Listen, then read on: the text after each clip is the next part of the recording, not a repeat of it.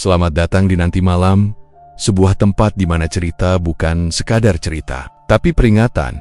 Di sini, kita tidak membahas dongeng, bukan pula cerita pengantar tidur. Kita akan menyusuri sisi gelap kehidupan yang sering disembunyikan orang-orang. Dunia mistis, pesugihan, santet, dan perjanjian gaib yang mungkin selama ini hanya kamu dengar dari kabar angin. Malam ini, kita buka satu persatu, karena apa yang kamu kira hanya mitos, terkadang justru kenyataan yang paling dekat dengan hidup kita. Ada orang yang rela menukar hati demi harta, ada yang menyerahkan ketenangan demi kekuasaan, dan ada pula yang tidak sadar bahwa doa buruk yang dilontarkan bisa kembali pada dirinya sendiri.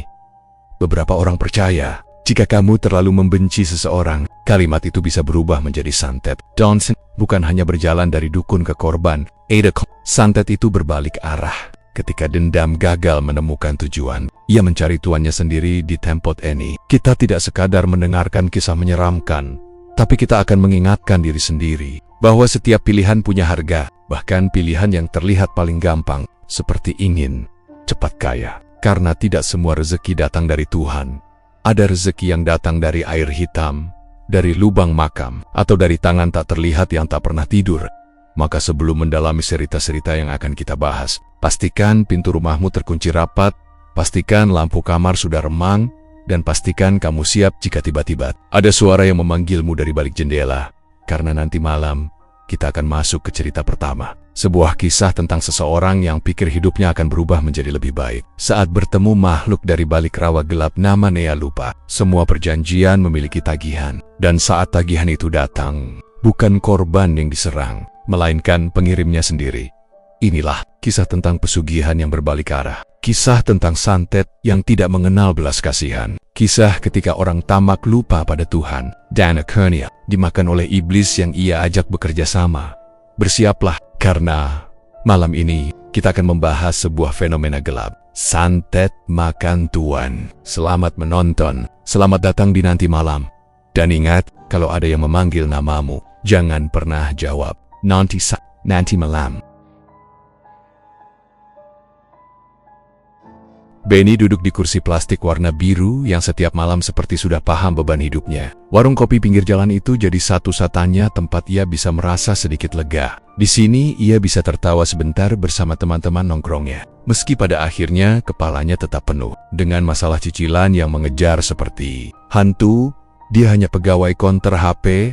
Setiap hari tugasnya menjelaskan spesifikasi ponsel yang bahkan dia sendiri nggak sanggup beli. Gajinya lumayan kalau dia bujangan, tapi setiap tanggal gajian datang, uang itu akan langsung mengalir entah kemana, bayar kontrakan, bayar cicilan motor, kirim buat orang tua di kampung yang semakin menua, dan sisanya entah kemana. Sudah beberapa bulan ini hidupnya seperti benang kusut. Apalagi setelah Anin, pacarnya sejak SMA, mulai sering menyinggung soal pernikahan. Aku nggak mau terus-terusan jadi pacar doang, Ben, katanya waktu itu. Aku ingin hubungan kita jelas. Aku ingin kamu melamarku. Kalimat itu sederhana, tapi rasanya menampar keras. Benny hanya tersenyum kecut waktu itu. Bagaimana bisa ia melamar kalau uang tabungan aja nggak punya? Benny mencoba menghindar dari obrolan soal pernikahan. Setiap kali Anin mulai membuka topik, tapi justru semakin ia menghindar, semakin Anin mulai curiga. Kamu masih sayang sama aku atau enggak sih? Ucapan itu membuatnya semakin tertekan. Benny sayang,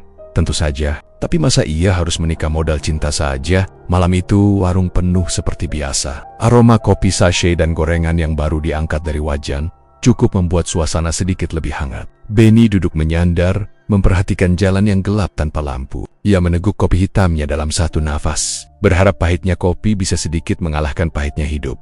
Teman-temannya mulai pulang satu persatu, meninggalkan Benny yang masih betah duduk. Ia ingin pulang, tapi semakin dekat pulang, semakin dekat ia dengan kenyataan bahwa besok semua masalah akan menunggu lagi. Jadi dia biarkan dirinya duduk sedikit lebih lama. Hanya ada satu orang yang tersisa di warung itu. Seorang pria paruh baya yang sering dilihat Benny di sana, tapi tak pernah bener-bener diajak bicara. Orang itu selalu membawa tas anyaman kecil. Pakaiannya lusuh dan wajahnya datar seolah hidup di dunia tapi pikirannya ada di tempat lain. Semua orang memanggilnya Pak Rusdi. Pak Rusdi menatap Benny cukup lama sampai akhirnya membuka suara. Pikirannya mumet banget ya. Benny terkejut. Ia hampir lupa ada orang lain di situ. Ia tersenyum hambar, berusaha terlihat biasa saja. Namanya juga hidup, Pak. kadang di atas, kadang di bawah. Kalau kamu, sahut Pak Rusdi pelan, lebih banyak di bawahnya daripada di atasnya. Benny ingin tertawa, tapi ia sadar pria itu benar. Ya mungkin sudah nasib saya begini. Gak ada yang namanya nasib, kata Pak Rusdi sambil mengaduk kopinya perlahan. Yang ada cuma pilihan, dan setiap pilihan punya harga. Nada suara itu aneh, seperti ada sesuatu yang tersembunyi di dalamnya. Benny terdiam, menunggu kelanjutan kalimatnya. Pak Rusdi mendekat sedikit, suaranya menurun seperti berkomplot. Kalau kamu mau cepat kaya, ada jalan. Tapi bukan buat orang penakut. Benny langsung tertawa saat mendengarnya. Nipiu ya Pak. Pak Rusdi tidak tersenyum. Matanya tetap tajam menatap Benny. Aku serius. Edeje. Lewat pesugihan. Tapi tidak sembarangan. Ini jalan yang sudah banyak mengubah hidup orang. Dari kere jadi sultan, pesugihan. Benny merinding mendengar kata itu. Ia percaya dunia gaib ada, tapi selalu berusaha menjauh. Aduh Pak, saya ini masih mau hidup Pak, nggak mau main-main sama begituan. Siapa bilang ini main-main? Jawab pria itu cepat. Ini serius. Kalau kamu takut, ya sudah. Tetap saja hidupmu akan begini-begini saja. Tapi kalau kamu berani, kamu bisa punya apa saja yang kamu mau. Benny tidak menjawab. Ia tahu seharusnya ia menolak mentah-mentah. Tapi hatinya menghangat karena tawaran itu. Karena untuk pertama kalinya, ada kemungkinan untuk keluar dari kehidupannya yang penuh tekanan. Pak Rusdi mengeluarkan selembar kertas kecil yang dilipat rapi dari tas anyamannya. Ia meletakkannya di meja, lalu mendorongnya pelan ke arah Benny. Ini alamatnya. Kalau kamu mau, datang saja ke sini. Cari rawa hitam. Di sana, panggil nama ini. Ia mendekat, membisikkan nama itu di telinga Benny. Suara yang terdengar seperti hembusan angin dingin. Nyi Rawa Hitam. Kalimat yang pendek itu benar-benar membuat bulu kuduk Benny berdiri. Seolah udara di sekitar mereka yang tadinya hangat berubah menjadi dingin dan menekan. Benny menelan ludah. Nggak ada yang gratis, kan Pak? Tanyanya pelan, hampir berbisik. Tentu tidak, jawab Pak Rusdi. Tapi harganya kau bayar belakangan, setelah kau dapat semua yang kau mau. Ia tersenyum tipis. Senyum yang tidak terlihat seperti senyum manusia sehat. Kemudian ia berdiri dan beranjak pergi tanpa menoleh lagi. Benny menatap kertas di meja. Hanya segaris tulisan alamat, tak ada penjelasan lain. Hatinya gelisah. Tangannya berkeringat saat hendak menyentuh kertas itu. Tapi entah mengapa, jari-jarinya menyimpan kertas itu ke dalam saku. Ia pulang dengan langkah berat. Sepanjang jalan ia bertanya-tanya kepada dirinya sendiri, kenapa ia mengambil kertas itu. Ia mencoba menenangkan diri, mengatakan bahwa tadi itu hanya obrolan orang mabuk kopi dan frustasi hidup. Tapi semakin jauh ia berjalan, semakin kuat rasa penasaran menggerogotinya. Di kamar, Benny menatap langit-langit. Lampu redup membuat bayangan kipas angin berputar di tembok seperti siluet seseorang yang menari dengan bentuk aneh. Ia mencoba tidur, tapi matanya menolak untuk tertutup. Kata-kata Pak Rusdi terus terngiang. Kalau kamu mau cepat kaya, ada jalan. Dan setiap kali pikiran itu muncul, bayangan Anin juga ikut hadir. Senyum Anin, harapan Anin, dan kata-kata terakhirnya, aku pengen rumah yang sederhana saja. Bensing penting awakmu tanggung jawab karo aku. Yang penting kamu bertanggung jawab sama aku. Benny menutup wajah dengan kedua tangan. Aku ingin bertanggung jawab, gumamnya pada dirinya sendiri. Tapi aku bahkan buat hidup sendiri aja susah. Ia memejamkan mata, tapi bayangan gelap seperti air keruh memenuhi kepalanya. Ia membayangkan rawa luas, sunyi, penuh kabut, dan sosok wanita yang namanya baru saja didengar. Nyi Rawa Hitam, nama yang terasa seperti kegelapan itu sendiri. Ah, bodoh banget. Benny bangkit dari tempat tidur dan berdiri. Ia berjalan mondar-mandir, berusaha mengusir pikiran itu. Namun setiap langkah kaki terasa seperti semakin mendekatkan dirinya ke takdir yang seharusnya ia hindari. Pikirannya bercampur aduk antara ketakutan dan keinginan besar yang selama ini ia kubur dalam-dalam. Ia melihat motor tuanya di parkiran depan kamar kosnya. Motor itu akan ditarik leasing dalam waktu dekat. Ia ingat wajah ayahnya yang mulai sakit-sakitan. Ibunya yang sering pura-pura kuat saat menelepon agar tidak membuat anaknya kepikiran. Dan Anin, perempuan yang sudah 5 tahun menemaninya, menunggu masa depan yang mungkin tidak akan pernah datang. Benny menarik napas panjang. Apa aku benar-benar akan melakukannya? Gumamnya pelan. Tidak ada jawaban. Tapi entah mengapa, hatinya seperti sudah memutuskan sesuatu, meskipun otaknya belum berani mengakuinya.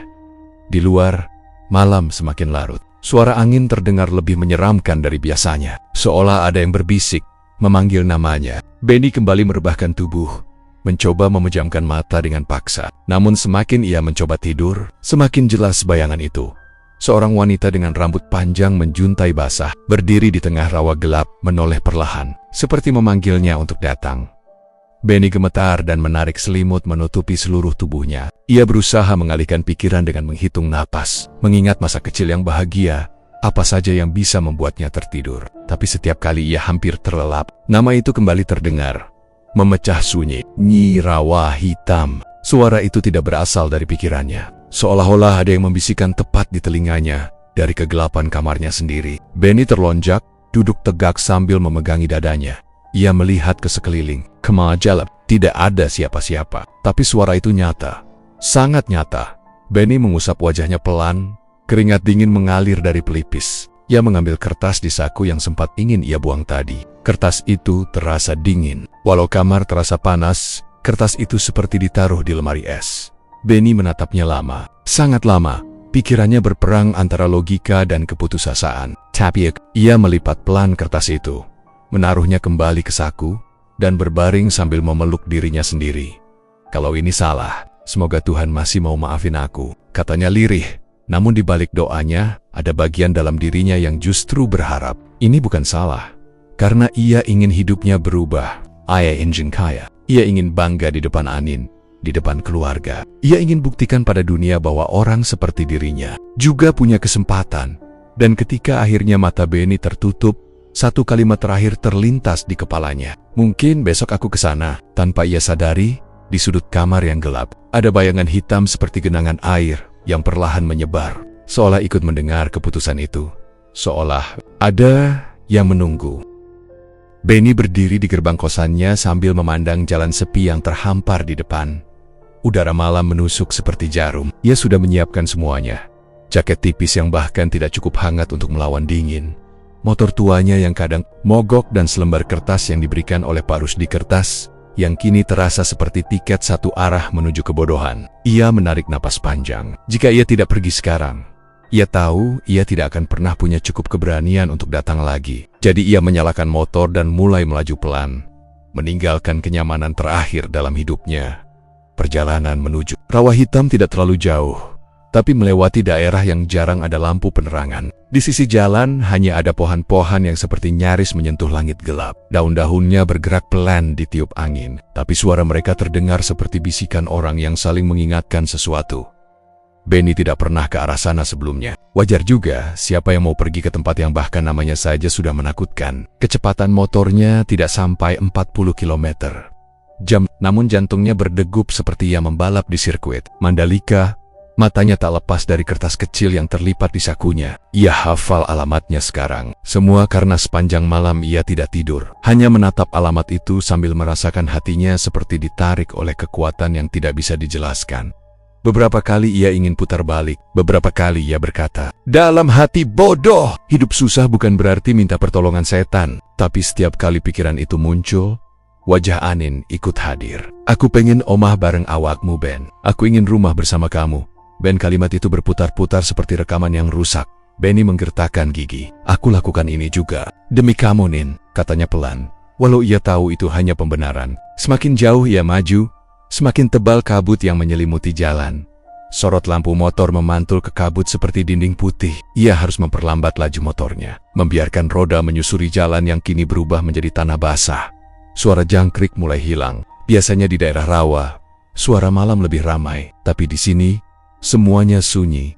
Sunyi yang tidak normal. Benny merasakan bulu kuduknya mulai berdiri sejak motor memasuki kawasan yang dipenuhi pepohonan rimbun. Pohon-pohon itu seperti melengkung. Ranting-rantingnya saling bertaut seperti membuat gerbang besar menuju dunia lain. Ia mematikan mesin motor saat tiba di jalan yang benar-benar tidak bisa dilewati kendaraan. Lampu motornya berkedip sebentar sebelum padam.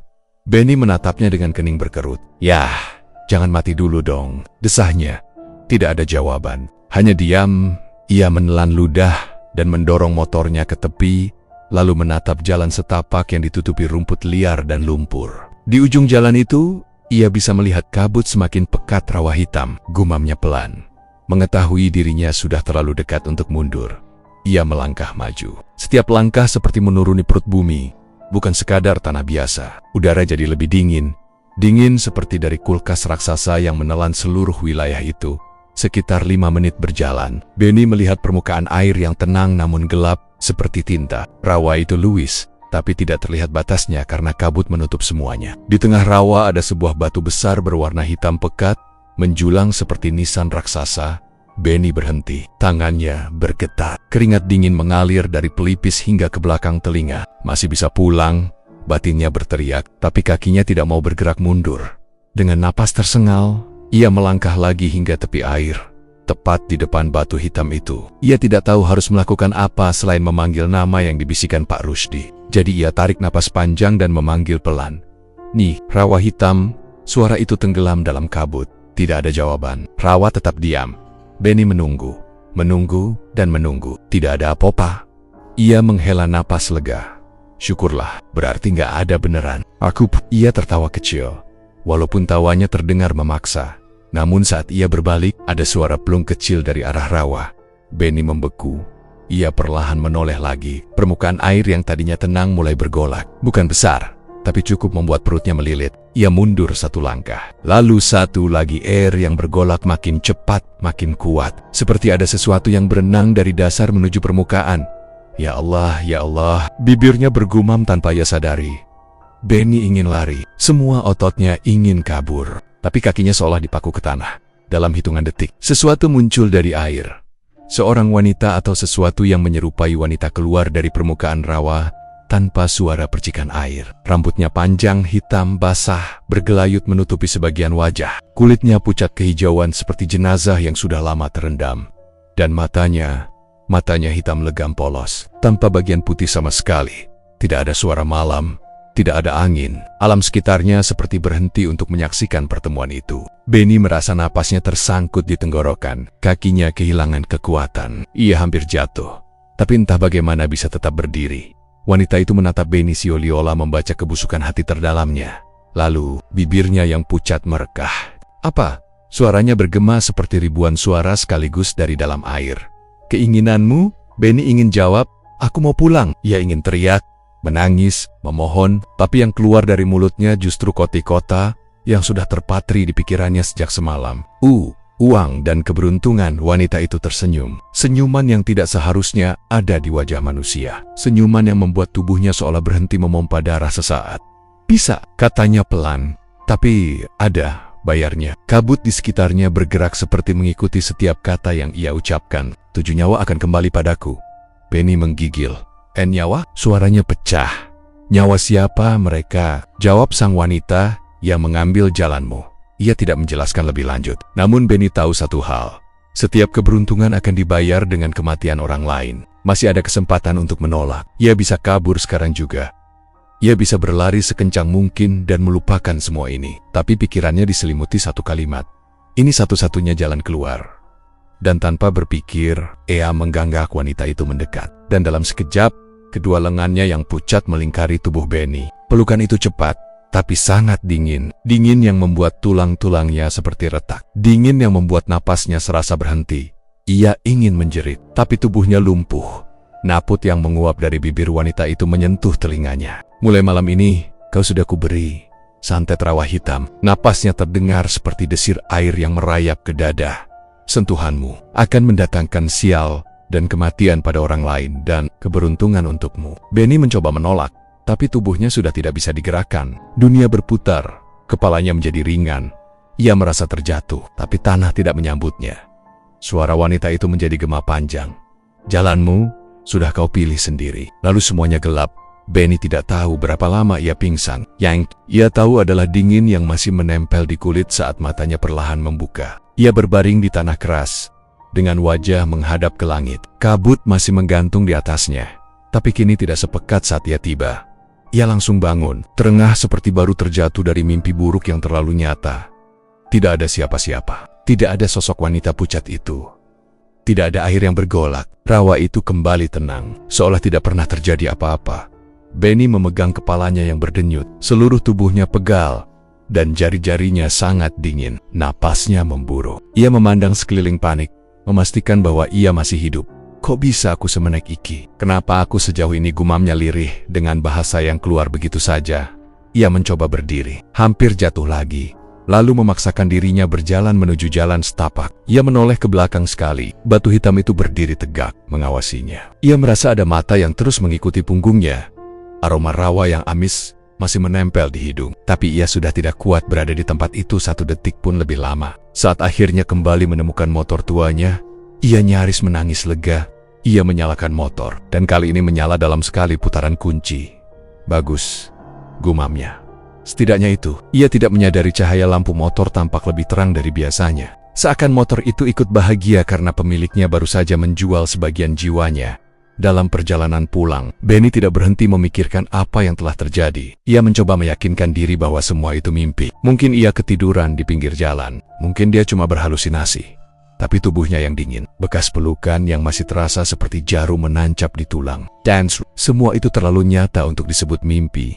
Saat ia sampai di kosannya dan memarkir motor, ia melihat pintu kos sudah terbuka sedikit, seperti ada yang menunggu. Benny mendekati pintu dengan hati-hati. Ia mendorongnya pelan, dan di dalam, ia melihat sosok Anin duduk di tepi kasurnya. Perempuan itu menatapnya lega. "Kamu kemana aja, Ben? Aku khawatir banget." Benny ingin memeluknya, ingin bilang bahwa ia melakukan sesuatu demi masa depan mereka, tapi kata-kata tidak keluar. Anin berdiri dan berlari kecil menghampirinya, lalu memeluknya erat. Tubuh Anin terasa hangat, dan di saat yang sama, dingin dari tubuh Benny seperti meresap masuk ke dalam tubuh Anin. Benny memanggil lemah, "Aku cuma takut kamu ninggalin aku." Anin berbisik, suaranya bergetar. Benny memejamkan mata. Ia tahu ini sudah terjadi. Ia sudah menjadi pembawa celaka. Malam itu tidak ada hujan, tidak ada badai. Tapi Benny tahu, ada sesuatu yang baru saja berubah di hidupnya. Dan itu bukan perubahan yang bisa ia kembali. Malam itu, Nyi Rawa Hitam tidak meminta apa-apa lagi, karena semua sudah selesai, dan permainan baru saja dimulai. Sejak Benny pulang dari Rawa Hitam malam itu, semuanya terasa seperti mimpi aneh, yang tak bisa ia jelaskan. Badannya memang menggigil saat bangun keesokan paginya, tapi pikirannya justru seperti melayang entah di mana. Ia sempat mengira semua kejadian itu cuma halusinasi akibat stres. Tapi ketika ia membuka HP, notifikasi WhatsApp dari bos membuat matanya terpaku. "Datang ke kantor siang ini. Ada kabar baik buat kamu." Kabar baik dari bosnya yang selama ini pelit luar biasa, rasanya seperti mendengar kambing bisa terbang. Tapi Benny datang juga, dengan sedikit harapan kecil yang entah muncul dari mana. Sesampainya di kantor konter HP itu, bosnya langsung senyum lebar, senyum yang belum pernah Benny lihat selama bekerja di sana. "Selamat ya, Ben, kamu dapat bonus bulan ini. Penjualan kamu naik cukup drastis. Dan kamu juga dinobatkan jadi karyawan terbaik." Benny bengong. Ia bahkan merasa minggu ini ia bekerja setengah hati. Tapi bosnya menyerahkan amplop coklat tebal uang yang kalau dihitung sepintas saja, sudah lebih dari cukup untuk bayar tunggakan cicilan motor dan masih ada sisa. "Jangan tanya dulu itu dari mana, yang penting itu rezeki kamu," kata bosnya sambil menepuk bahu Benny. Tepukan itu terasa seperti sentuhan dingin. Benny langsung teringat pada perjanjian yang ia buat pada tubuh perempuan itu, yang memeluknya dingin seperti es. Dan kemudian sesuatu terjadi lagi. Saat Benny bekerja, ia buka SMS undian elektronik. Satu pesan masuk.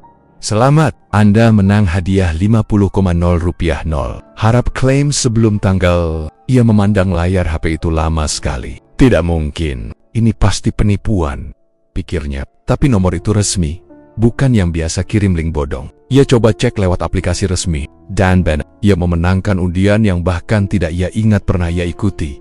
Kakinya lemas, bagaimana bisa semua berkah datang bersamaan? Malam itu ia makan di tempat biasa, di warung dekat kos. Teman-temannya yang dulu suka meremehkannya mendadak menyambut hangat. Mereka bilang Benny makin keren, makin mapan. Bahkan Anin pacarnya yang belakangan sering cemberut, karena Benny gak punya kepastian, sekarang manja banget, nempel kayak perangko. Mata Anin berbinar lagi setiap kali menatapnya, seperti dulu waktu mereka baru jadian.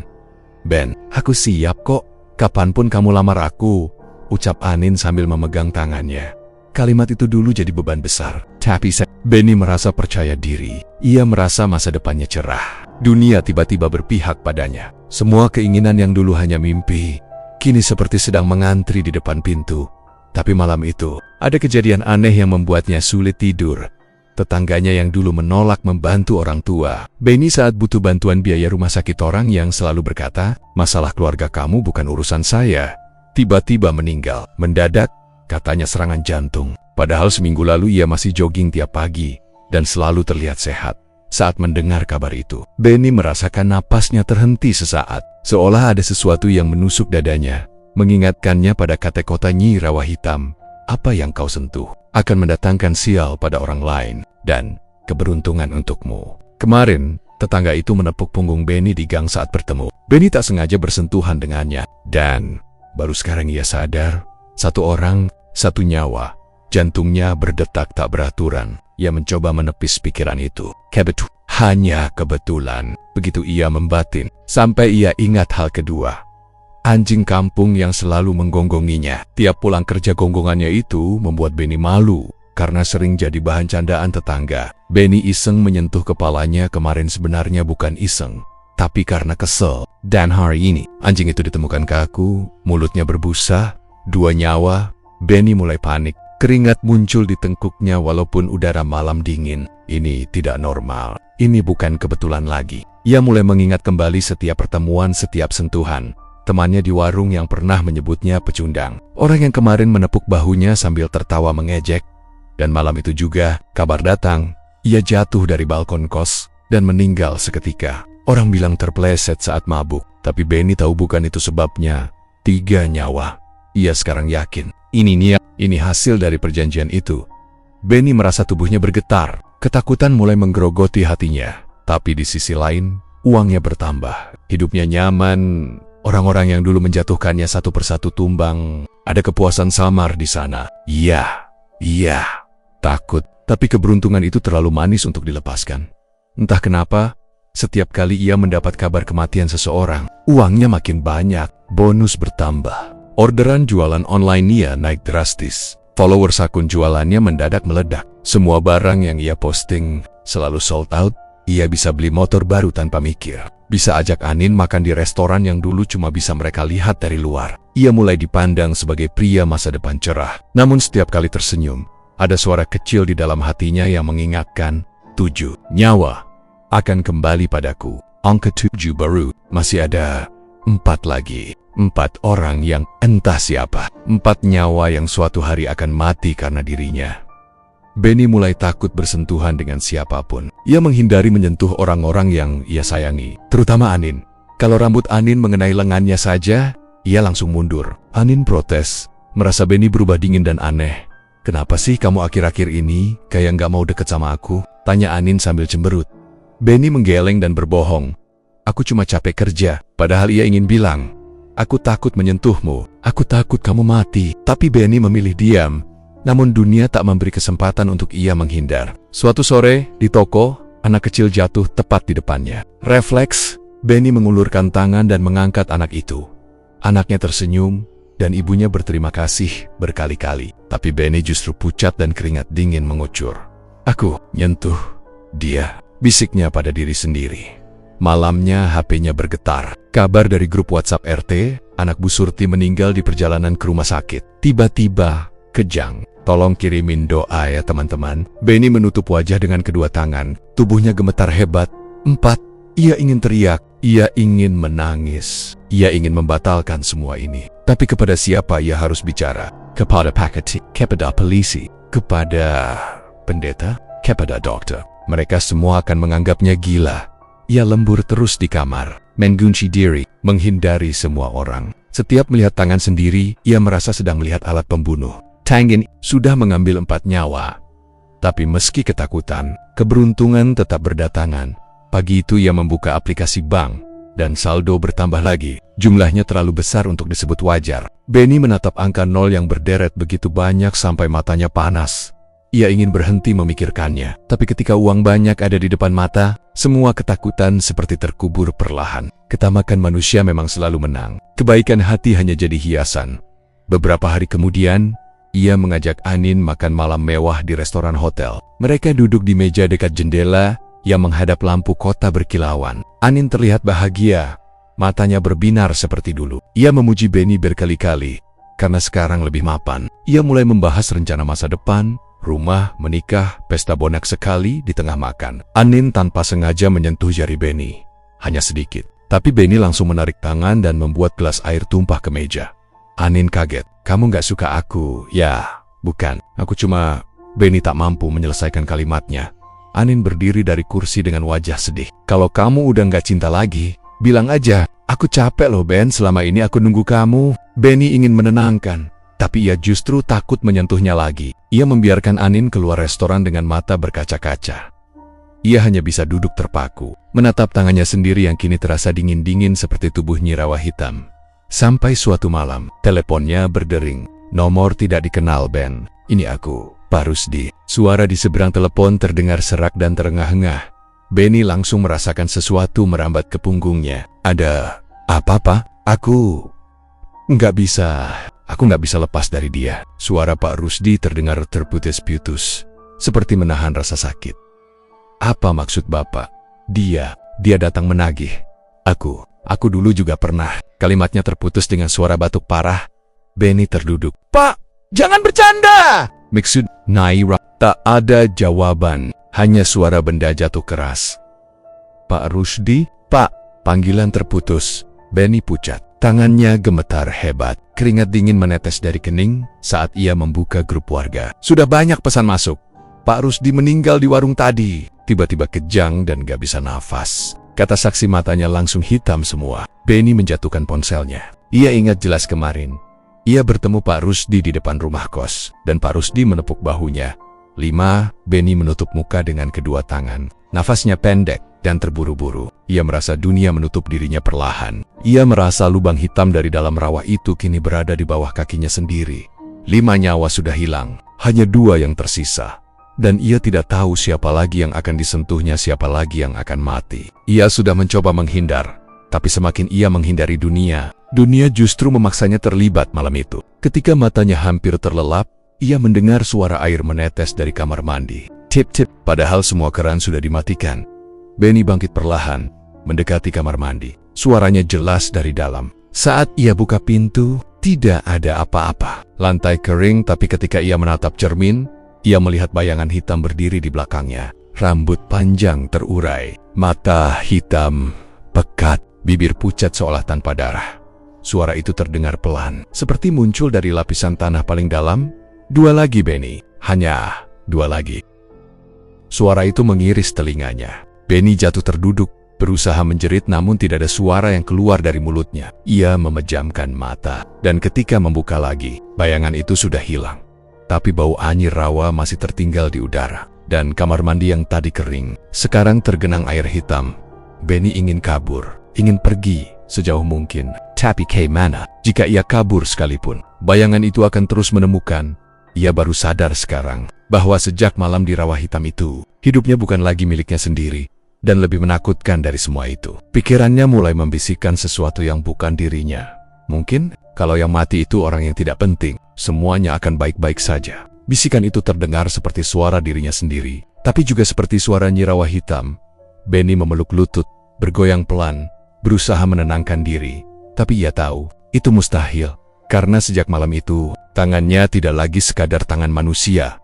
Tangannya adalah alat kutukan. Tangannya adalah jalan bagi santet untuk memakan jiwa. Dan semakin ia menolak, semakin ia terjebak dalam lingkaran gelap yang ia ciptakan sendiri pada akhirnya. Menjadi kaya hanyalah permulaan. Harga yang harus ia bayar baru akan dimulai. Dan di dalam gelap kamar, dengan mata merah dan napas putus-putus, Benny akhirnya sadar.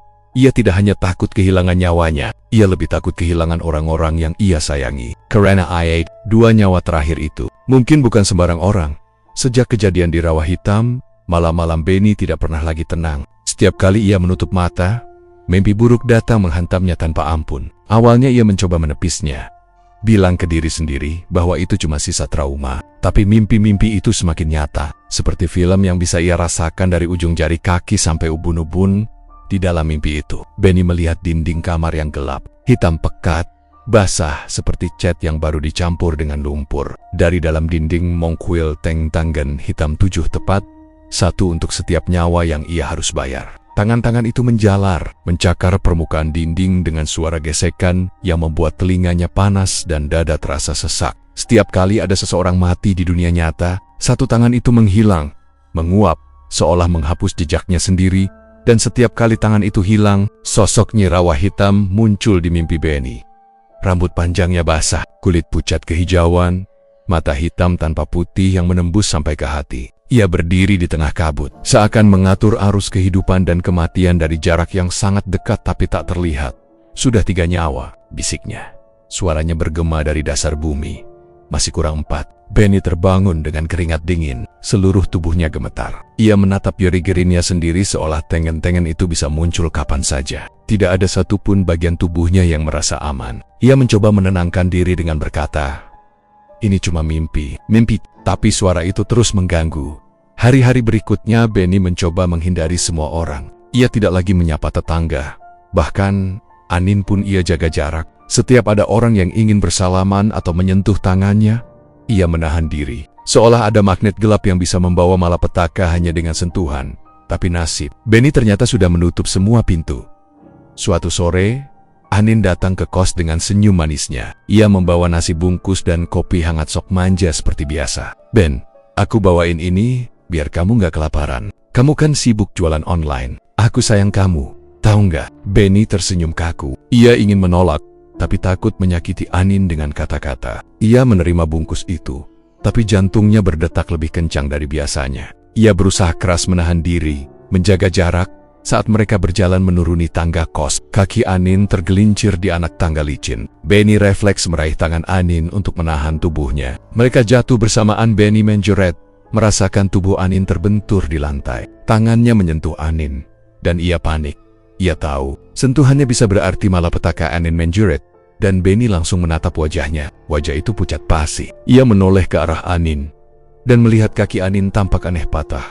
Darah mulai mengalir, dan Anin tidak bergerak lagi. Benny histeris, menjerit sekuat tenaga. Ia menahan tubuh Anin di pangkuannya. Tangannya basah oleh darah, tubuhnya gemetar hebat. Ia memandang ke sekeliling, mencari pertolongan.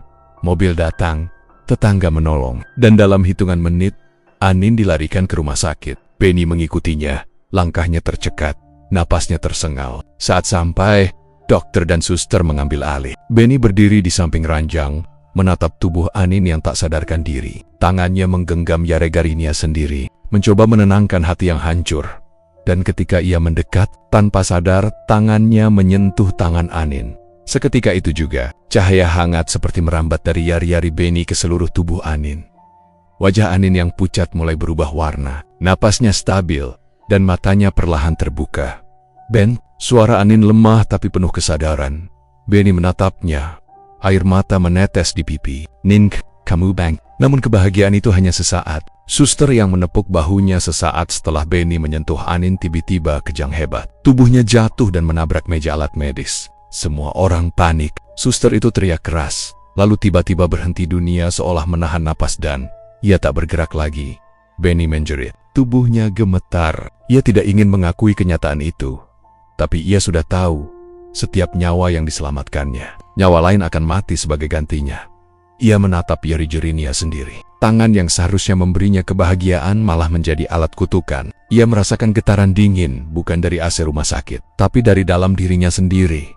Sepanjang malam itu, Benny tidak bisa tidur. Ia duduk di bangku rumah sakit, menatap Anin yang sudah kembali sadar. Anin tidur tenang, napas stabil, tanpa tahu bahwa di balik kebahagiaannya ada kegelapan yang mengintai. Benny menutup mata, berbisik lirih, Aku harus menghentikan ini, tapi aku tidak tahu caranya." Keesokan harinya, berita kematian suster itu tersebar. Semua orang menangis dan kaget. Benny berusaha menjauh dari tempat ramai, tapi setiap kali ia melihat berita atau mendengar kabar kematian orang yang disentuh atau berada dekat dengannya, rasa bersalah dan takut menggerogoti hati.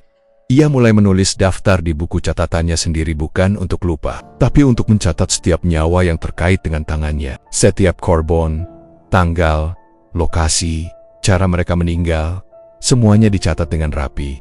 1, 2, 3, 4, sampai 5, tinggal 2 lagi. Angka itu selalu menghantuinya, menempel di dinding pikirannya seperti tulisan darah. Benny mencoba menghindar dari semua orang. Ia jarang keluar rumah. Ia mengunci pintu, menutup jendela, dan menghindari kontak fisik. Bahkan Anin yang terus menunggunya di rumah terasa seperti bahaya. Namun, ketakutan itu bukan satu-satunya perasaannya. Ada sisi lain yang mulai merasuki, rasa setiap kali uang mengalir deras, setiap kali orderan viral, Setiap kali orang-orang yang dulu meremehkannya kini jatuh. Ada kepuasan yang tak bisa ia sembunyikan. Ia mulai bertanya pada diri sendiri, apakah ini yang disebut kekuasaan? Apakah ini harga yang harus dibayar untuk kaya dan sukses? Tapi pertanyaan itu terlalu menakutkan untuk dijawab suatu malam. Ketika Benny duduk di depan laptop, mencoba menghitung saldo rekeningnya. Ia teringat kotek kata terakhir Nyi Rawa Hitam, 7 nyawa. Masih kurang. Ia menutup laptop, menunduk, dan menatap jari-jari tangannya sendiri. Tubuhnya dingin, bulu kuduk berdiri. Ia sadar sekarang, 2 nyawa terakhir bisa jadi siapa saja. Dan ia tidak tahu siapa. Di tengah malam, suara air menetes terdengar lagi di kamarnya. Tip-tip, seperti langkah kecil yang mendekat. Benny menahan napas. Ia menoleh perlahan. Tidak ada siapa-siapa. Namun cermin di depannya memantulkan bayangan hitam, tipis bayangan rambut panjang basah. Mata hitam pekat, senyum pucat, hati Benny tersentak. Suara itu muncul di telinganya. Lembut tapi mengiris. 2 lagi. Tinggal 2 lagi. Ia menutup mata, mencoba lari dalam hati. Tapi tubuhnya diam. Tangannya, kaki, seluruhnya terasa berat. Dunia seolah membeku. Ia tahu, nyawa itu tidak bisa dihindari. Ia mulai memahami hukum yang berlaku. Setiap tindakan, setiap sentuhan, setiap penyelamatan, ada harga yang harus dibayar. Dan harga itu selalu lebih mahal daripada yang bisa dibayangkan manusia biasa. Benny menatap lenggit langgut kamarnya, berbisik lirih dalam bahasa Jawa. Gusti, paringono dalan metu, Tuhan, tunjukkan jalan keluar. Air mata menetes di pipi. Rasa bersalah, ketakutan, dan keputusasaan bercampur jadi satu. Ia tahu hidupnya telah berubah selamanya. Tidak ada jalan kembali ke kehidupan normal. Tidak ada tempat aman. Dan setiap kali ia menoleh ke tangannya sendiri, ada bisikan samar yang selalu terdengar. Selesaikan hitunganku, Benny, atau semua yang kau sayangi akan menjadi korban berikutnya. Malam itu Benny tidak tidur. Ia duduk di kursi, menatap tangan sendiri, mencoba mencari cara menghentikan kutukan ini. Tapi tidak ada jawaban. Yang ada hanyalah suara air menetes, kabut yang merayap di cermin, dan bayangan mata hitam yang mengintai dari sudut kegelapan. Ia baru sadar satu hal, bahwa kaya dan sukses yang ia dapatkan hanyalah awal. Harga sebenarnya adalah hidup orang-orang di sekitarnya, dan nyawa terakhir yang tercatat. Mungkin bukan siapapun yang bisa ia tebak. Benny menutup mata sekali lagi, menggenggam buku catatan nyawa dengan erat. Hatinya berdoa, ia tidak ingin ada yang mati lagi. Ia tidak ingin menjadi pembawa malapetaka. Tapi di dalam hatinya, ia tahu, setiap kali ia membuka mata, perhitungan itu akan terus berjalan, dan bayangan Nyi Rawa Hitam akan terus menatap, menunggu 2 nyawa terakhir. Dan Benny sadar, semakin ia mencoba melawan, semakin dekat ia dengan kehancuran. Benny duduk di bangku kayu di teras rumah Pak Rusdi. Mata Pak Rusdi menatapnya kosong. Senyum tipis mengembang di wajahnya yang keriput. Malam itu hujan gerimis, membuat udara di sekitar terasa dingin dan lembab, menembus jaket tipis yang Benny pakai. Hatinya kacau. Ia menatap tangan sendiri yang masih terasa dingin, gemetar, seolah tangan itu bisa bergerak sendiri. Pak Rusdi, tolong aku. Suara Benny nyaris pecah. Aku nggak kuat. Aku nggak tahu harus gimana. Nyawa, orang-orang. Aku takut. Pak Rusdi menggeleng pelan, wajahnya tetap datar. Ben, kamu pikir keberuntungan itu bisa datang begitu saja? Kamu pikir hidupmu sekarang itu gratis? Benny menggigit bibir, menahan amarah sekaligus ketakutan. Aku nggak peduli. Aku cuma mau berhenti. Aku mau lepas dari semuanya. Pak Rusdi tersenyum tipis, lalu menarik napas panjang. Dulu, aku juga sama seperti kamu. Terlalu tamak, terlalu ingin cepat kaya. Aku datang ke Rawa Hitam, ketemu Nyi Rawa Hitam, dan ya, aku juga menandatangani perjanjian. Aku pikir aku bisa mengendalikan semuanya. Tapi, lihat aku sekarang. Aku cuma menunggu giliran. Benny menatap Pak Rusdi bingung. Menunggu giliran. Maksudnya, Pak Rusdi menghela napas panjang, menatap hujan yang jatuh pelan. Yang ingin kamu ketahui, semua orang yang pernah melakukan pesugihan itu, hidup mereka cuma sementara. Suatu Rawa Hitam akan menagih semua yang kamu pinjam. Dan itu tidak bisa ditawar. Benny menelan ludah. Jadi, aku harus bayar semuanya? Pak Rusdi mengangguk. Iya, dan cara melepaskan diri itu hanya satu. Satu-satunya jalan. Nyawa yang paling kau cintai harus dikembalikan. Itu syarat terakhir. Benny tersentak. Apa? Tidak mungkin. Aku tidak akan mengorbankan Anin atau keluargaku. Cihila. Pak Rusdi menatapnya dalam-dalam. Kamu pikir aku nggak mencoba?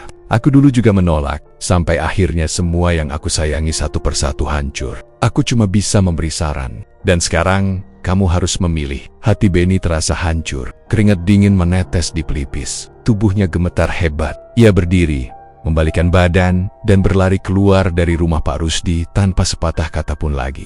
Hujan deras menyiram tubuhnya, tapi Benny tidak peduli. Ia hanya ingin pergi, lari, dan menghindar dari kenyataan itu. Di jalan, ia merasakan tenggen-tenggen hitam itu kembali menggigit jiwanya. Bayangan Nyi Rawa hitam terus mengikuti di sudut matanya. Ia menutup mata, berteriak, tapi tidak ada suara yang keluar. Dunia terasa hancur di sekelilingnya. Ia terus berlari, melewati gang-gang sempit, menembus kabut malam, sampai akhirnya sampai di rumah kosnya. Ia mencoba menenangkan diri, menatap Anin yang sedang tidur di kamar. Matanya merah, pipinya basah oleh air mata yang tertahan. Benny ingin memeluknya, ingin menangis bersama, tapi ia takut. Ia takut menyentuh Anin, takut kutukan itu memakan nyawanya. Ia menyalakan HP, membuka aplikasi video call, hatinya langsung tersentak. Layar menampilkan rumah di kampung halaman orang tuanya sedang menangis histeris. Adiknya tergeletak di lantai, terluka parah. Dinding rumah setengah roboh. Suara gemuruh terdengar, seolah atap runtuh. Ben, tolong, tolong. Suara ibu terdengar parau, hampir menangis histeris. Benny merasakan dadanya tersayat. Ia ingin terbang ke kampung, tapi tidak ada motor yang bisa langsung membawanya. Jalanan banjir, lumpur menggenang. Ia menjerit, menahan kepalanya di kedua tangan. Ini semua salahku. Semua karena aku. Hatinya terasa hancur. Semua yang ia coba hindari, sekarang terjadi. Nyawa dan keselamatan orang-orang yang ia sayangi mulai terancam. Ia tahu, Rawa Hitam sudah menagih bayaran.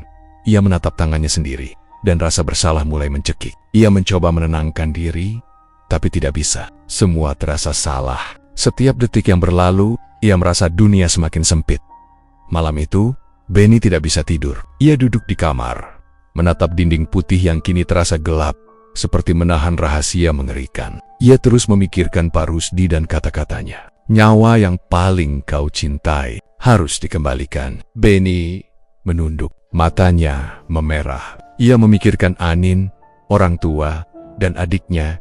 Ia tahu, kalau ia melakukan pengorbanan itu, nyawa mereka harus dibayar. Tapi kalau ia tidak melakukan, mereka tetap dalam bahaya. Rawa Hitam tidak menunggu. Ia menelan ludah. Jantungnya berdetak kencang.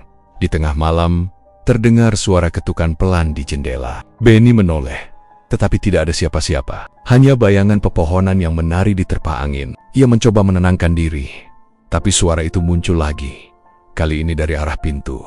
Cip-cip. Benny menatap pintu, gemetar. Ia tahu, itu bukan manusia biasa. Bau anyir rawa menyelimuti udara. Ia menyadari, kutukan itu tidak hanya menunggu dia, tapi memburu dia.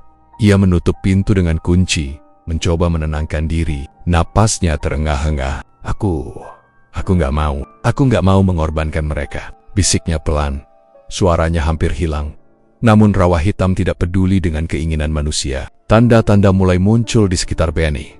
HP-nya berdering sendiri. Layar menampilkan peasant-peasant misterius.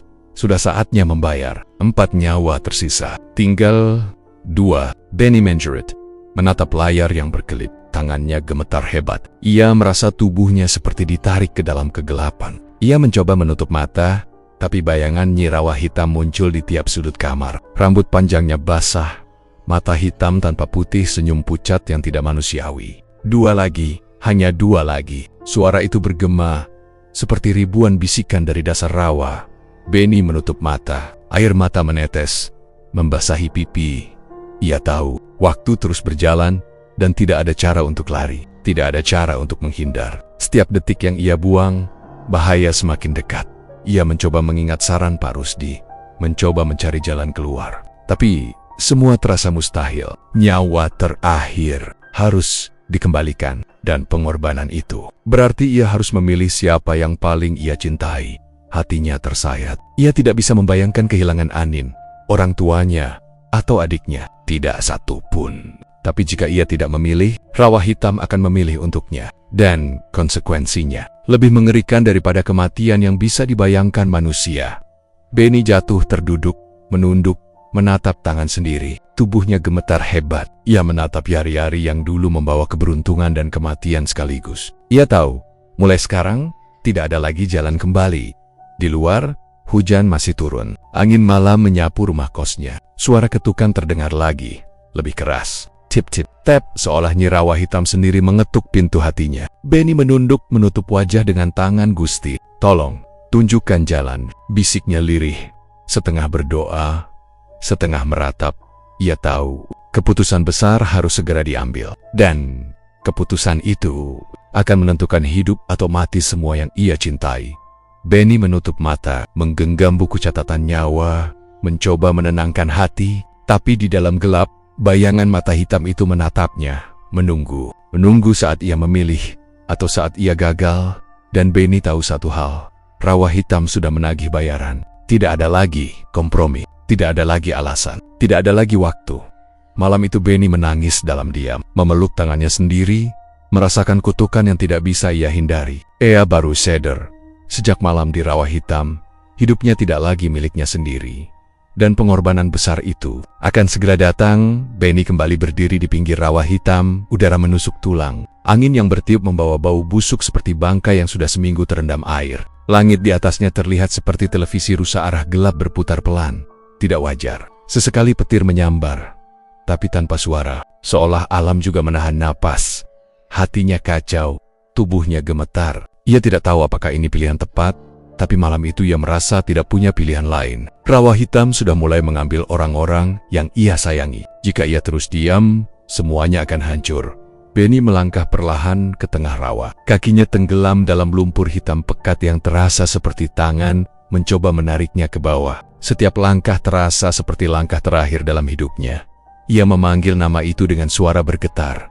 Nyi Rawa Hitam, aku Suaranya menggema ke seluruh rawa, lalu hening kembali. Beberapa detik kemudian, air rawa berputar. Buih hitam muncul dari permukaan, menandakan sesuatu bergerak dari dasar. Dari pusaran itu, muncul sosok perempuan berambut panjang. Rambutnya basah menutup sebagian wajah pucat kehijauannya. Mata hitam legam tanpa bola mata, tanpa warna putih. Senyum tipis terbentuk di bibirnya yang pucat kebiru-biruan. Tapi kali ini, ia tidak sendirian. Di belakangnya berdiri 7 sosok manusia. Tubuh mereka berwarna gelap, seperti arang yang basah, tidak punya wajah, hanya lubang hitam di tempat mata dan mulut seharusnya berada. Mereka berdiri kaku, tapi air rawanya terlihat bergolak di sekitar kaki mereka, seolah-olah tanah menolak kehadiran mereka, tapi juga tidak bisa melepaskan. Benny mundur 1 langkah, nafasnya berat. Aku mau membatalkan perjanjian itu. Aku tidak mau lagi ikut dalam semua ini. Aku menyesal. Nyi Rawa Hitam terkekeh pelan. Tawa itu pelan pada awalnya, namun pelan-pelan menjadi panjang dan menggema. Seolah suara itu memantul dari setiap tetes air rawa. Tawa itu memukul telinga, membuat kepala Benny berdenyut kesakitan. Penyesalan selalu datang belakangan. Suaranya terdengar seperti suara ribuan orang, berbicara bersamaan dari dalam air. Aku tidak peduli mau kau menyesal atau tidak. Kau dapat bagianmu, uangmu, keberuntunganmu, cintamu, hidupmu yang berubah. Semua sudah aku beri. Tubuh Benny seperti membeku. Tapi, aku tidak tahu. Aku tidak tahu harus bayar pakai nyawa orang lain. Suara itu berubah tajam. Setiap perjanjian, setiap kekayaan yang datang dari tempat ini, punya hak. Kau sudah membuat 7 nyawa terikat padamu. Donsek, saatnya aku mengambil yang menjadi hakku. Tangan-tangan hitam di belakangnya mulai bergerak, memanjang seperti tentakel, merayap ke arah Benny. Aku tidak mau mati. Aku ingin hidup. Aku akan lakukan apa saja. Tolong. Benny menjerit, matanya berkaca-kaca. Nyi Rawa Hitam memandangnya datar. Sudah, tugasku. Termasuk punyamu. Benny berteriak dan mundur. Tidak. Aku masih punya orang tua. Aku masih punya Anin. Aku masih ingin hidup. Tawa itu kembali terdengar lebih menusuk dari sebelumnya, seolah tawa tersebut mengandung ribuan bisikan maut. Terlambat. Semuanya terlambat. Kamu sendiri yang datang ke sini. Kamu minta cepat kaya, dan sekarang kamu membayar. 7 sosok hitam itu bergerak bersamaan. Tangan mereka terentang, menarik Benny semakin dekat ke air, seolah tubuhnya tidak lagi punya kekuatan menolak. Kakinya terseret di lumpur. Benny menjerit sekencang mungkin. Aku takut. tolong. Namun teriakan itu ditelan angin yang pekat. Saat tangan-tangan itu hendak mencengkeram tubuhnya, terdengar suara seseorang berlari dari belakang. Nafas tersenggel-senggel, langkah tergesa. Benny, suara itu, suara yang sangat ia kenal. Anin. Benny menoleh cepat. Anin berdiri di pinggir rawa, wajahnya pucat, napasnya kacau, rambutnya berantakan, kakinya masih diperban karena kecelakaan kemarin. Kenapa kamu di sini? Kamu hilang seminggu. Aku cari kamu kemana-mana. Anin menjerit menangis, suaranya pecah. Benny berusaha melepas diri dari pegangan tengen-tengen hitam itu. Pergi! Anin pergi. Jangan ke sini. Tapi Anin mengabaikan. Ia berlari mendekat, hanya ingin meraih Benny. Tiba-tiba tanah amblas di dekat Benny. Sosok-sosok hitam itu semakin kuat menariknya. Benny meronta seperti orang tenggelam di pasir hisap. Aku tidak mau kamu mati. Aku tidak akan biarkan kamu sendirian. Teriak Anin sambil maksain diri mendekat. Anin, tolong dengarkan aku. Kamu harus pergi dari sini. Kau oho melu. Benny semakin panik, mencampur bahasa tanpa sadar. Anin menangis lebih keras, tidak memahami apa yang sebenarnya terjadi. Dalam satu detik yang seperti terhenti, saat tangan hitam hampir menarik Benny masuk ke air, Anin mendorong tubuh Benny sekuat yang ia punya. Benny terpental mundur, keluar dari jangkauan tengen-tengen hitam itu. Namun, kehilangan keseimbangan, wajahnya sempat terlihat panik, takut, dan cinta yang tidak sempat ia ucapkan dengan kata-kata. Anin. Tubuh Anin jatuh langsung ke dalam air rawa yang bergolak, cemplung, lalu hening, tidak ada percikan. Tidak ada gelembung, seolah air itu sangat lapar, dan langsung menelan semuanya dalam sekejap. Untuk sesaat, Benny tidak bisa bergerak. Otaknya berhenti bekerja, mulutnya terbuka namun tidak ada suara keluar. Ia menatap titik di mana Anin menghilang, tidak percaya dengan apa yang baru saja terjadi. Tubuhnya bergetar hebat. Tidak, ini tidak mungkin. Anin, sesuatu bergerak di bawah air. Rambut hitam panjang muncul perlahan, diikuti oleh tangan pucat yang mencengkeram permukaan air. Tapi itu bukan Anin, itu Nyi Rawa hitam yang muncul lebih dekat, lebih nyata.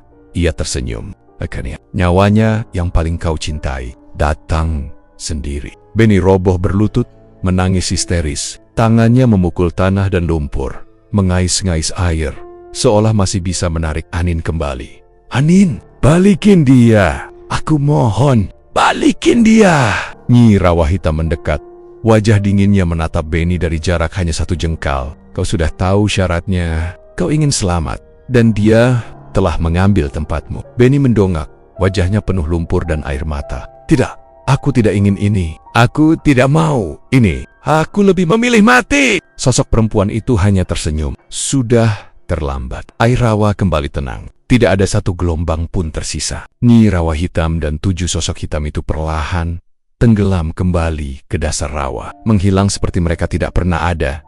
Benny jatuh terduduk, tubuhnya lemas tak berdaya. Ia merangkak keluar dari lumpur, lalu berteriak sekencang mungkin, memanggil nama Anin berulang-ulang sampai suara seraknya pecah. Malam itu, hutan di sekitar rawa hitam hanya memantulkan suara tangisnya tanpa memberi jawaban apapun, dan langit tetap berputar tanpa peduli penderitaannya. Benny memukul-mukul tanah, air mata mengalir tanpa berhenti. Hatinya retak berkeping-keping. Wanita yang paling ia cintai, menggelam, dan itu salahnya. Semuanya salahnya. Ia memandang rawa hitam yang kini kembali sunyi, tempat yang hanya menyisakan kesendirian, kepedihan, dan dosa yang tidak pernah bisa ditebus. Anin telah membayar nyawa untuk menggantikan dirinya. Pengorbanan yang ia tidak pernah minta, tapi juga tidak pernah bisa ia lupakan. Dan malam itu, Benny sadar bahwa meskipun ia selamat dari kutukan itu, hidupnya telah mati. Benny shock. Tubuhnya terguncang hebat. Lututnya menyentuh tanah rawa yang dingin. Tangannya menekuk di lumpur. Wajahnya menempel pada bumi yang basah. Ia menjerit histeris, memanggil nama Anin berulang kali. Suara seraknya pecah di antara rintik hujan malam yang menembus tubuhnya. Hatinya terasa hancur berkeping-keping, seperti kaca yang dilempar dari ketinggian, lalu pecah menjadi serpihan tak terhitung. Anin, Anin, teriaknya, suara yang kering dan patah, bergema di antara pepohonan yang gelap. Di telinganya terdengar bisikan, lembut namun menusuk sampai ke tulang belakang. Suara itu tidak seperti manusia, tapi juga tidak sepenuhnya asing. Sudah lengkap. Benny menoleh. Tapi tidak ada siapa-siapa. Udara di sekitarnya berputar pelan, membawa aroma rawa yang busuk bercampur bau tanah basah. Tangannya gemetar, bulu kuduk berdiri. Jantungnya seperti berhenti beberapa detik sebelum kembali berdetak lebih kencang. Ia mencoba bangkit, tapi tubuhnya tidak bisa digerakkan. Kegelapan mengitari, dan rasa dingin seperti masuk ke sumsum tulang. Ia merasakan tarikan halus di pikirannya. Bukan di tubuhnya, pikiran yang tidak pernah ia rasakan sebelumnya. Suara itu lagi, tapi lebih dekat. Sekarang, Julia tubuhnya lemas. Lututnya terkapar di lumpur. Napasnya tersengal. Dan semuanya tiba-tiba gelap. Benny pingsan. Seperti dulu ketika ia pertama kali disentuh oleh Nyi Rawa Hitam di Rawa Hitam.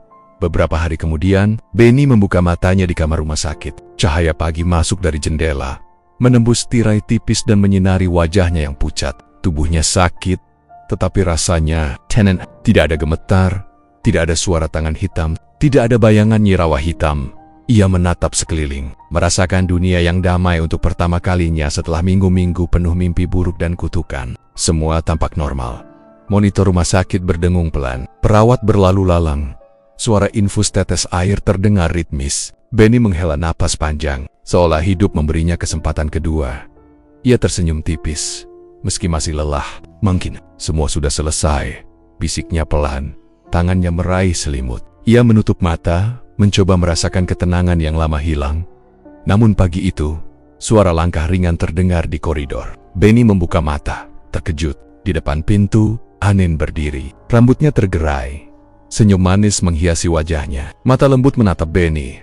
Ia terlihat hidup, sehat, dan nyata, Ben. Suara Anin terdengar lembut, menenangkan. Aku di sini. Benny hampir menangis. Kelegaan luar biasa meluap dari dadanya. Ia ingin berlari, memeluk Anin, menjerit karena kebahagiaan. Ia tidak peduli apapun lagi. Semua terasa kembali normal. Semuanya seperti dunia lama yang hilang. Namun saat Anin melangkah masuk ke kamar, Benny melihat sesuatu yang mengganggu jejak. Lumpur hitam mengotori lantai rumah sakit dari setiap langkah kaki Anin. Lumpur itu pekat, kental, berbau seperti rawa hitam yang pernah menelan nyawa orang-orang. Benny menatap dengan mata membesar. Hati mulai berdegup cepat. Tubuhnya kembali gemetar. Rasa dingin yang sama menusuk sumsum seperti malam pertama. Ia dipeluk Nyi Rawa Hitam muncul lagi. Tangannya menempel di dada. Jantungnya seperti akan keluar dari dada. Anin semakin mendekat. Senyumnya tetap manis, mata tetap lembut. Tapi suara itu terdengar bukan dari mulut Anin. Sekarang giliranmu yang bayar untuk kebahagiaan. Benny menjerit, suara parau dan putus asa. Ia menatap Anin, mencoba membaca ekspresinya, mencari tanda-tanda manusia yang ia kenal. Tapi di balik mata lembut itu, ada sesuatu yang berbeda. Mata hitam pekat yang kosong. Tidak ada cahaya manusia. Suara itu lagi terdengar dari telinganya, dari kepala, bahkan dari udara di sekitarnya, berbisik perlahan dan menembus pikirannya. Sayang, sekarang milikku. Benny mundur, tapi tubuhnya terasa berat. Seolah ada tangan tak terlihat menariknya ke arah Anin, ke arah kegelapan yang familiar. Rawa hitam tidak lagi jauh. Ia ada di dalam kamar, ada di setiap inci ruang, mengintai dan menunggu. Ia mencoba berteriak, mencoba menepis, mencoba lari. Tapi kaki Benny terasa seperti tertanam di lantai. Setiap langkah menjauh dari Anin malah terasa seperti jatuh ke rawa hitam yang tak terlihat. Ia menatap Anin. Atau mungkin, bukan Anin, ini bukan kamu! Teriak Benny. Air mata mengalir deras. Senyum Anin tetap sama. Tapi kemudian perlahan, rambutnya basah, kulit pucat kehijauan muncul di tepi wajahnya. Mata hitam legam tanpa putih kini menatap Benny. Suara itu bergema, bercampur dengan senyum yang tidak manusiawi. Aku selalu butuh tubuh baru untuk menagih hutang yang tak pernah lunas. Benny jatuh terduduk, pingsan lagi. Ketika ia membuka mata, rumah sakit seolah hilang. Ia berada di tengah rawa hitam. Kabut pekat menyelimuti seluruh tubuhnya. Anin berdiri di depannya. Tubuhnya tampak sama seperti saat jatuh ke rawa dulu. Namun kini penuh aura gelap, membawa kutukan yang tidak bisa dihapus. Nyawa ketujuh tidak pernah menjadi yang dibutuhkan.